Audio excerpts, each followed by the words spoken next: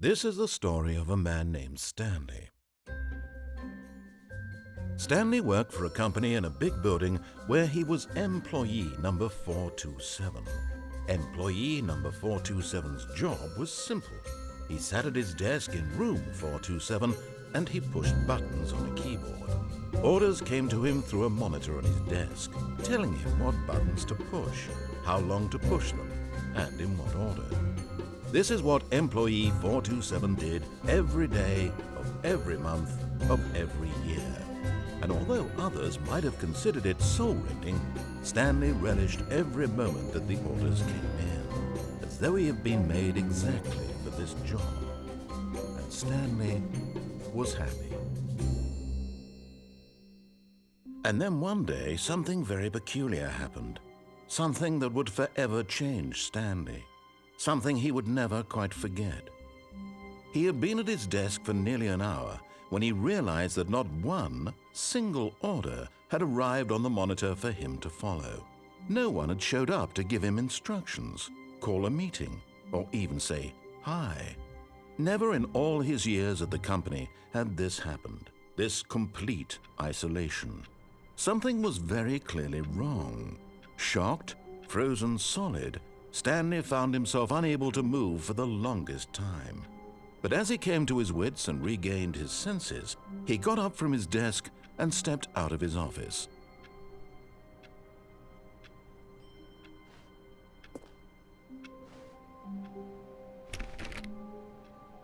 All of his co-workers were gone. What could it mean? Stanley decided to go to the meeting room. Perhaps he had simply missed a memo.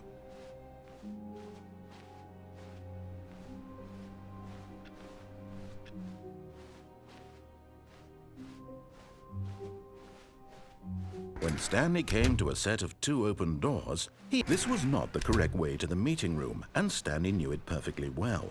Perhaps he wanted to stop by the employee lounge first, just to admire it. Ah, yes, truly a room worth admiring. But eager to get back to business, Stanley took the first open door on his left. And so he detoured through the maintenance section, walked straight ahead to the opposite door, and got back on track.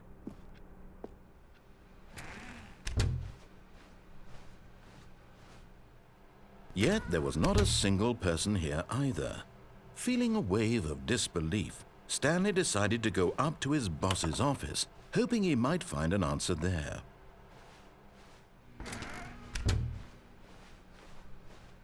Coming to a staircase, Stanley walked upstairs to his boss's office.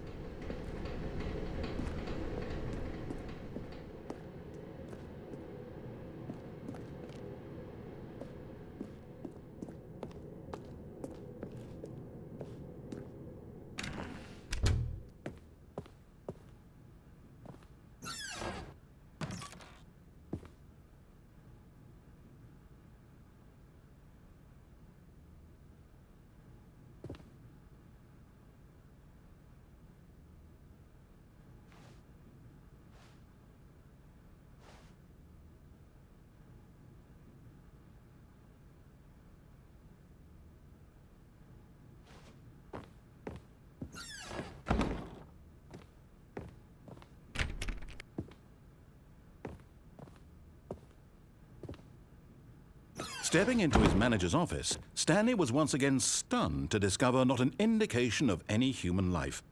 Shocked, unraveled, Stanley wondered in disbelief who orchestrated this, what dark secret was being held from him. What he could not have known was that the keypad behind the boss's desk guarded the terrible truth that his boss had been keeping from him. And so the boss had assigned it an extra secret PIN number, 2845. But of course, Stanley couldn't possibly have known this. Yet incredibly, by simply pushing random buttons on the keypad, Stanley happened to input the correct code by sheer luck. Amazing. He stepped into the newly opened passageway.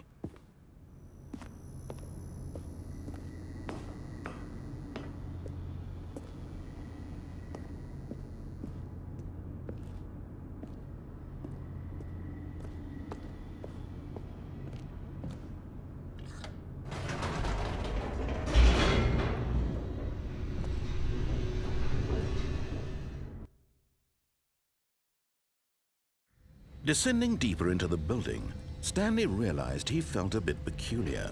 It was a stirring of emotion in his chest, as though he felt more free to think for himself, to question the nature of his job. Why did he feel this now, when for years it had never occurred to him? This question would not go unanswered for long. Stanley walked straight ahead through the large door that read Mind Control Facility.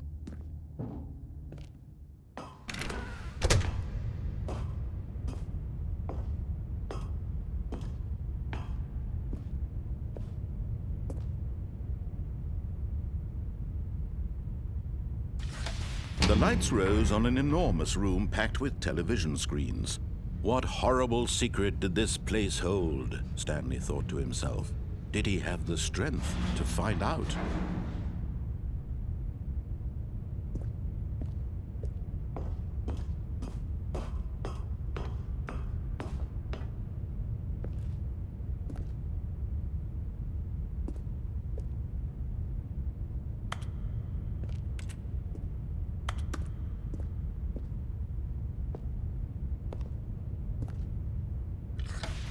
Now the monitors jumped to life, their true nature revealed. Each bore the number of an employee in the building, Stanley's co-workers.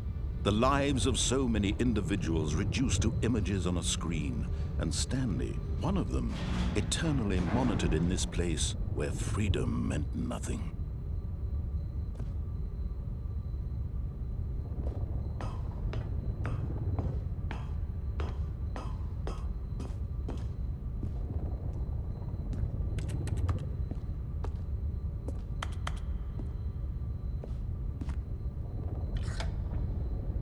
This mind control facility, it was too horrible to believe. It couldn't be true.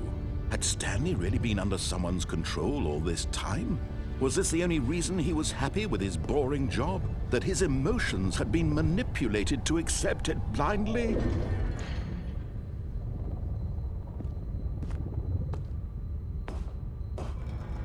No, he refused to believe it. He couldn't accept it. His own life in someone else's control? Never! It was unthinkable, wasn't it? Was it even possible? Had he truly spent his entire life utterly blind to the world? But here was the proof, the heart of the operation. Controls labeled with emotions, happy or sad or content, walking, eating, working, all of it monitored and commanded from this very place. And as the cold reality of his past began to sink in, Stanley decided that this machinery would never again exert its terrible power over another human life, for he would dismantle the controls once and for all.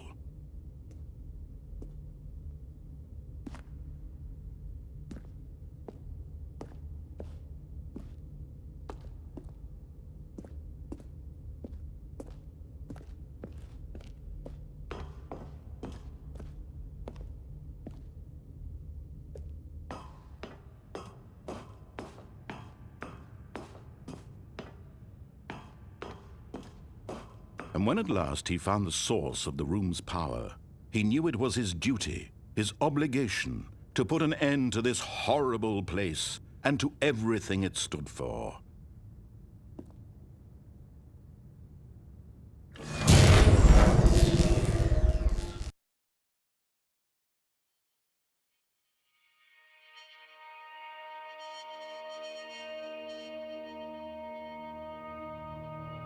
Blackness and a rising chill of uncertainty. Was it over? Yes! He had won! He had defeated the machine, unshackled himself from someone else's command. Freedom was mere moments away. And yet, even as the immense door slowly opened, Stanley reflected on how many puzzles still lay unsolved. Where had his co-workers gone? How had he been freed from the machine's grasp? What other mysteries did this strange building hold? But as sunlight streamed into the chamber, he realized none of this mattered to him, for it was not knowledge or even power that he had been seeking, but happiness. Perhaps his goal had not been to understand, but to let go. No longer would anyone tell him where to go, what to do, or how to feel. Whatever life he lives, it will be his. And that was all he needed to know. It was perhaps the only thing worth knowing. Stanley stepped through the open door.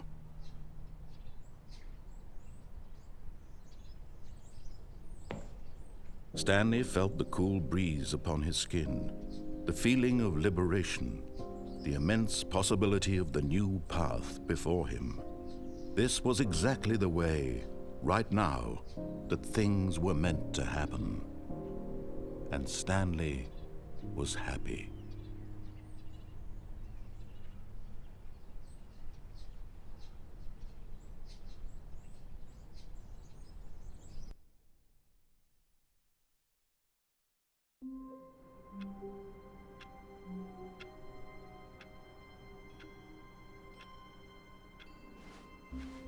All of his co-workers were gone.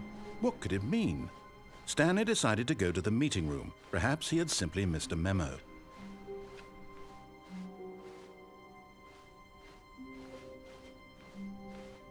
When Stanley came to a set of 2 open doors, he entered the door on his left.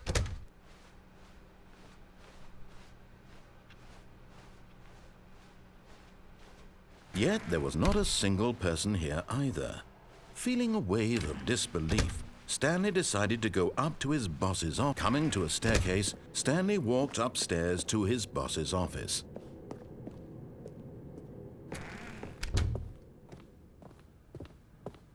Stepping into his manager's office, Stanley was once again stunned to discover not an indication of any human life. What could it mean? Stanley was in such a rush to get through the story as quickly as possible, he didn't even have a single minute to just let the narrator talk. That kind of anxiety isn't healthy, so he relaxed for a few moments with some calming New Age music.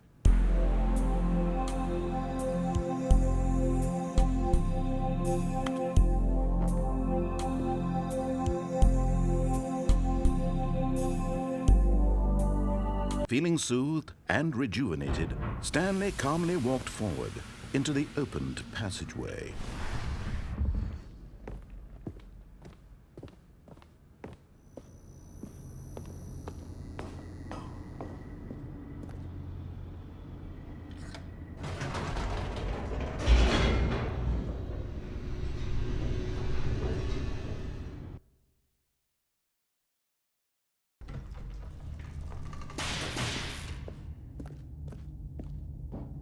Stanley walked straight ahead through the large door that read Mind Control Facility.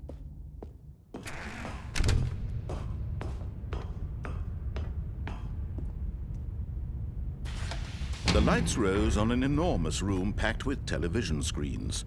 What horrible secret did this place hold? Stanley thought to himself. Did he have the strength to find out?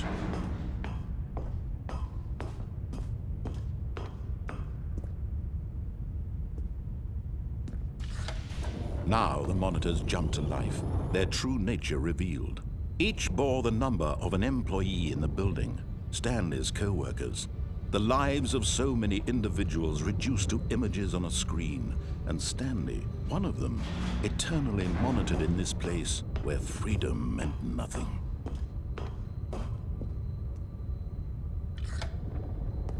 This mind control facility, it was too horrible to believe. It couldn't be true. Had Stanley really been under someone's control all this time? Was this the only reason he was happy with his boring job? That his emotions had been manipulated to accept it blindly? No, he refused to believe it. He couldn't accept it. His own life in someone else's control? Never! It was unthinkable. Wasn't it? Was it even possible? Had he truly spent his entire life utterly blind to the world? But here was the proof, the heart of the operation. Controls labeled with emotions, happy or sad or content. Walking, eating, working, all of it monitored and commanded from this very place. And as the cold reality of his past began to sink in, Stanley decided that this machinery would never again exert its terrible power over another human life. For he... Oh, Stanley, you didn't just activate the controls, did you? After they kept you enslaved all these years, you go and you try to take control of the machine for yourself. Is that what you wanted? Control? Oh, Stanley, I applaud your effort, I really do. But you need to understand, there's only so much that machine can do. You were supposed to let it go, turn the controls off, and leave. If you want to throw my story off track, you're going to have to do much better than that. I'm afraid you don't have nearly the power you think you do. For example, and I believe you'll find this pertinent, Stanley suddenly realized he had just initiated the network's emergency detonation system. In the event that this machine is activated without proper DNA identification, nuclear detonators are said to explode, eliminating the entire complex. How long until detonation then? Let's say, 2 minutes. Ah, now this is making things a little more fun, isn't it, Stanley? It's your time to shine. You are the star. It's your story now. Shape it to your heart's desires. Oh, this is much better than what I had in mind. What a shame we have so little time left to enjoy it. Mere moments until the bomb goes off. But what precious moments each one of them is. More time to talk about you, about me, where we're going, what all this means. I barely know where to start. What's that? You'd like to know where your co-workers are? A moment of solace before you're obliterated? All right, I'm in a good mood. You're gonna die anyway. I'll tell you exactly what happened to them. I erased them. I turned off the machine. I set you free. Of course, that was merely in this instance of the story. Sometimes when I tell it, I simply let you sit there in your office forever, pushing buttons endlessly and then dying alone. Other times, I let the office sink into the ground, swallowing everyone inside, or I let it burn to a crisp. I have to say this, though, this version of events has been rather amusing. Watching you try to make sense of everything and take back the control wrested away from you, it's quite rich. I almost hate to see it go. But I'm sure whatever I come up with on the next go-around will be even better. My goodness, only 34 seconds left. But I'm enjoying this so much. You know what? To hell with it. I'm going to put some extra time on the clock, why not? These are precious additional seconds, Stanley. Time doesn't grow on trees. Oh dear me, what's the matter, Stanley? Is it that you have no idea where you're going or what you're supposed to be doing right now? Or did you just assume when you saw that timer that something in this room was capable of turning it off? I mean, look at you. Running from button to button, screen to screen, clicking on every little thing in this room. These numbered buttons, no, these colored ones. Or maybe this big red button, or this door. Everything, anything, something here will save me. Why would you think that, Stanley? That this video game can be beaten? Won? Solved? Do you have any idea what your purpose in this place is? Stanley, you're in for quite a disappointment. But here's a spoiler for you. That timer isn't a catalyst to keep the action moving along. It's just seconds ticking away to your death. You're only still playing instead of watching a cutscene because I want to watch you for every moment that you're powerless. To see you made humble. This is not a challenge. It's a tragedy. You wanted to control this world, that's fine. But I'm going to destroy it first, so you can't. Take a look at the clock, Stanley. That's 30 seconds you have left to struggle. 30 seconds until a big boom and then nothing. No ending here, just you being blown to pieces. Will you cling desperately to your frail life, or will you let it go peacefully? Another choice. Make it count, or don't. It's all the same to me, all a part of the joke. And believe me, I will be laughing at every second of your inevitable life from the moment we fade in until the moment I say, happily ever after.